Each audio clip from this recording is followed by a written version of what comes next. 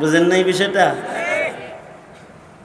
যে নেত্রী বিপদে পড়ছে ওই সময় তার আগেই ফ্লাইট বুক করে দেশ ছেড়ে দেশান্তর হয়ে গেছে, এরকম ভক্ত না? অথবা এরকম ভক্ত না যে বিপদে পড়লে পাশে থেকে সরে যায়। এখন গোটা এলাকায় জিজ্ঞা এই কথা মুখ দিয়া কারোর বাইর করেন যায় না যে আমি আওয়ামী লীগ করি। কত সুন্দর ভক্ত, সব এখন অন্য দল হয়ে গেছে। কিন্তু মুহাম্মদুর রাসূলুল্লাহ সাল্লাল্লাহু আলাইহি ওয়াসাল্লামের ১৬ লক্ষ ভক্তের কাফেলা ছিল এমন সাহাবায়ে কেরাম যারা জীবন দিবে কিন্তু নবীর পাশ থেকে সরবে না। সর্বোচ্চ কোরবানির মাধ্যমে যদি মানুষকে পৃথিবীতে রাখা সম্ভব হতো তাহলে সাহাবায়ে কেরাম সর্বোচ্চ কোরবানি দিয়ে সরওয়ারে দু আলম নবীকে পৃথিবীতে রেখে দিত এবং সর্বোচ্চ কোরবানি দেওয়ার জন্য সাহাবীরা প্রস্তুত হতো। বস্তুত কথা হলো এই পৃথিবী আসলে থাকার জায়গা না। এই পৃথিবী থেকে সকলকে চলে যেতে হবে।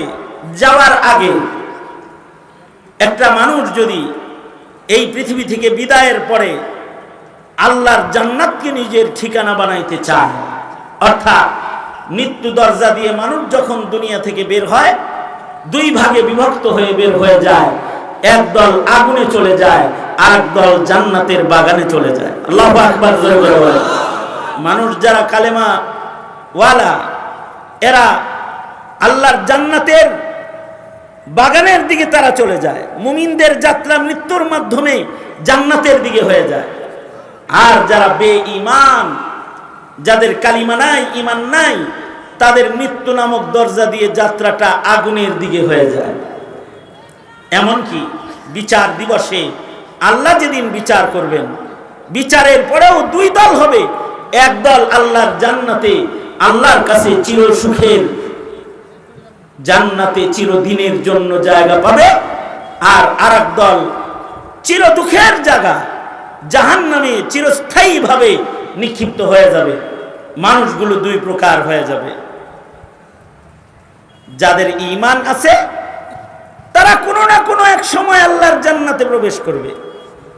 যাদের মুখে আছে বিশ্বাসের সাথে ওই কালিমা লা ইলাহা ইল্লাল্লাহ, জবান খুলে বলেন লা ইলাহা ইল্লাল্লাহ, এই কালিমা যাদের মুখে আছে এরা কোনো না কোনো দিন আল্লাহর জান্নাতেই তাদের স্থায়ী ঠিকানা।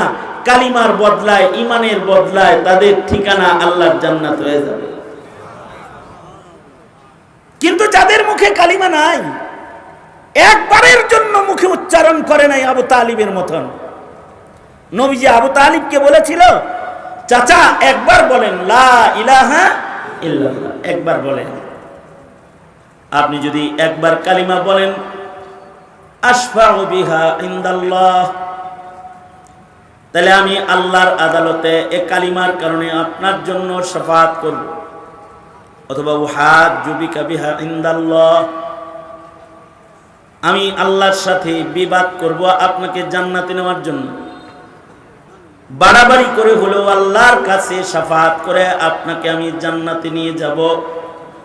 একবার আপনি জবানে উচ্চারণ করুন লা ইলাহা ইল্লাল্লাহ। যাদের জীবনে একবার কালিমা উচ্চারণ করেছে, লা ইলাহা ইল্লাল্লাহ বিশ্বাসের সাথে একবার বলেছে, তারা তাদের অবস্থান জান্নাত তাদের ঠিকানা বানায় ফেলেছে। মান ক্বালা লা ইলাহা ইল্লাল্লাহ দাখালাল জান্নাহ। আর ঈমানের এটা হলো সর্বোচ্চ এবং সবচেয়ে গুরুত্বপূর্ণ ঈমানের অংশ, যে মুখে উচ্চারিত হবে লা ইলাহা ইল্লাল্লাহ। যাদের এই কালিমা উচ্চারিত হবে না তারা বেঈমান, তারা দোজখের আগুনে নিক্ষিপ্ত হবে এবং চিরস্থায়ীভাবে তারা জাহান্নামের আগুনে নিক্ষিপ্ত হবে। কিন্তু এখন বিষয় হলো 17 কোটি মুসলমান তো জন্মের পরে কানে লা ইলাহা ইল্লাল্লাহ শুনতে পায়। কথা বলা যখন শিখে তখন তাদের মা বাবা তাদের মুখে লা ইলাহা ইল্লাল্লাহ উচ্চারণ করায়। কিন্তু জাতির অবস্থা এতই দুর্বিষহ, এতই ভয়ঙ্কর যে এই কালিমাওয়ালা মুমিনগুলা মরার আগে বহু কালিমাওয়ালা নাস্তিক মুরতাদ হয়ে কবরে চলে যায়। এটা হলো ভয়ের খবর।